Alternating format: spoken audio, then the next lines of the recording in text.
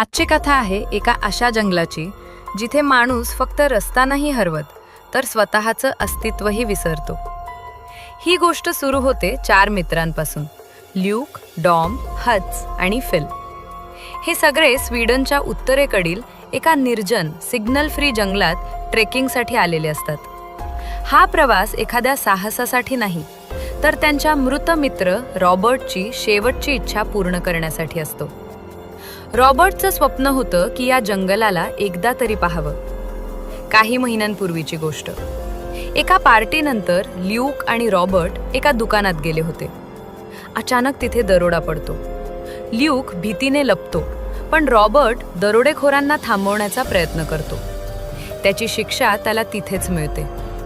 दरोडेखोर रॉबर्टला निर्दयपणे मारून टाकतात आणि ल्यूक ते सगळं डोळ्यांसमोर पाहतो। त्या दिवसापासून अपराधबोध ल्यूकला आतून खात असतो। रॉबर्टची इच्छा पूर्ण करण्यासाठी हे 4 मित्र जंगलात निघतात।